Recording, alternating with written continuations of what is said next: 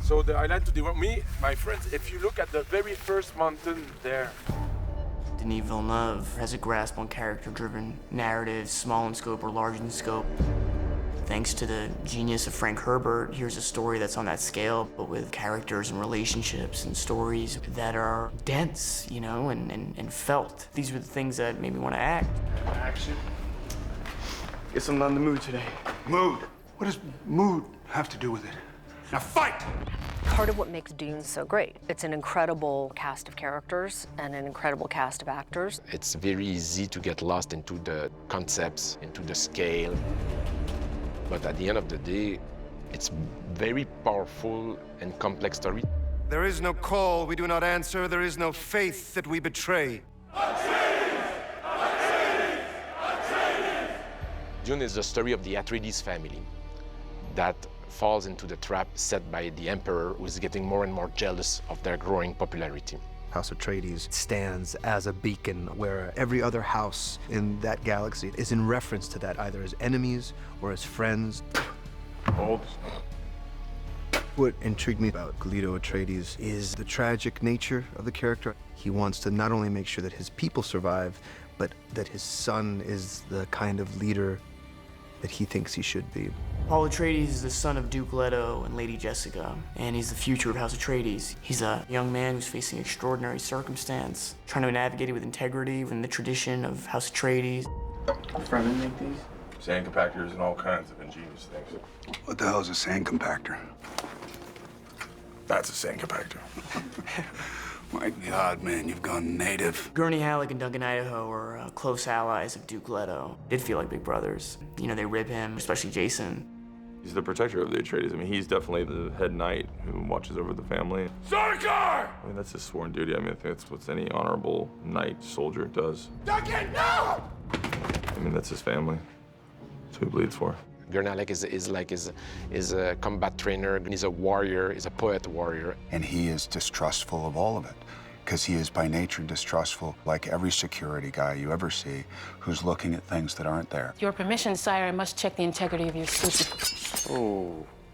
He's a very strict but fun, visceral, paternal, maternal. He's all of those things to Paul. You have to be ready.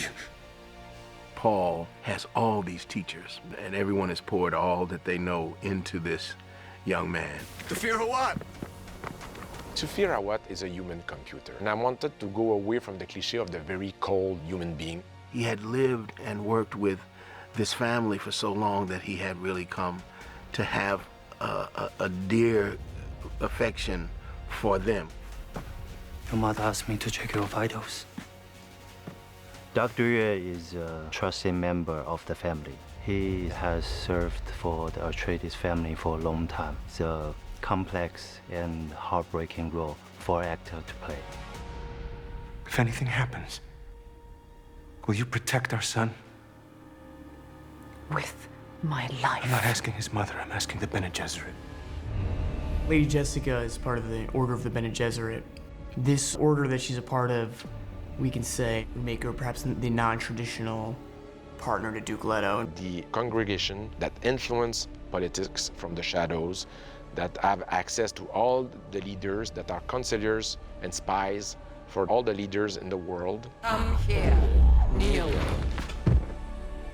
This group of women who carries enormous strength and powers, they are bodyguards, they are fighters, they can read people. I hold at your neck the Gom Jabbar.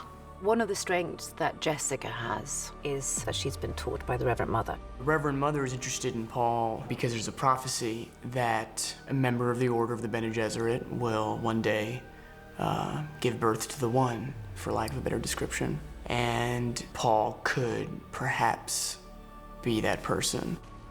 You're lucky he didn't die in that room. Jessica is having to deal with being a mother, a lover, and this Bene Gesserit. And she always has to question which priority comes first. She has her own ambition. It's a very complex, powerful character. How can the Emperor take everything we've built and give it to that Duke? Every movie needs its bad guys, and the Harkonnens are the old ancestral enemies of the Atreides. The Harkonnen are a family that have controlled the spice for many generations. Frank Herbert created a very powerful character into Baron Vladimir Harkonnen. Just shows up and then his shadow looms throughout the film. He's the cause of many people's death. Raban is the nephew of the Baron, and he is a very sadistic and mean. Not the smartest guy. Raban really wants to please his uncle, and the Baron looks at Raban as more of a pawn, and he doesn't really feel much for him. Piter de Vries is the mentat of the Harkonnen family. He's been twisted by the Baron Harkonnen. He's kind of strung Piter out, and Piter is so devoted to this cause of retaining the Harkonnen control of the spice. So squeeze, Rabbit. Squeeze hard. Yes, Uncle. And the vermin. Kill them all. The Fremen are native tribes.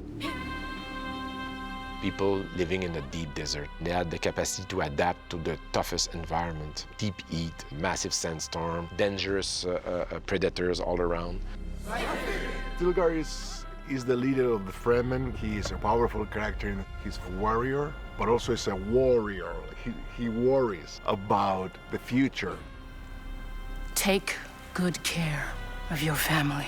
Dr. Kynes, on the surface, was seemingly just somebody who's an ecologist, someone who cares about the Fremen, but then you start to understand how much pressure she is actually under just to keep everything contained and controlled. Who are you to the Fremen? Paul is dreaming about this strange young woman that keeps talking to him in his dreams. Paul. She feels like an old friend again, and someone that wants to guide him. Don't be frightened. Even a little desert mouse can survive. Shani is native to Arrakis. She's used to this hostility between her people and the people that are trying to take from her land. She's a fighter at the end of the day. When she does meet Paul, her guard is up. She looks at this person as like, this is a child. But there's clearly something else. There's a glimmer of something between them. I don't believe you're the Lisan al-Gaib, but I want you to die with honor. It's indescribable what that feeling would be of a proximity of physical attraction in dream form that comes with a terrible purpose. It comes with a very intense actualization. So I think Shani represents all those things to him. And it seems that he truly cares about the people, and there's a deeper humanity within him. They're on a path of conflict, and it's the moral catalyst to Paul's arc towards something greater. Desert power. This is only the beginning.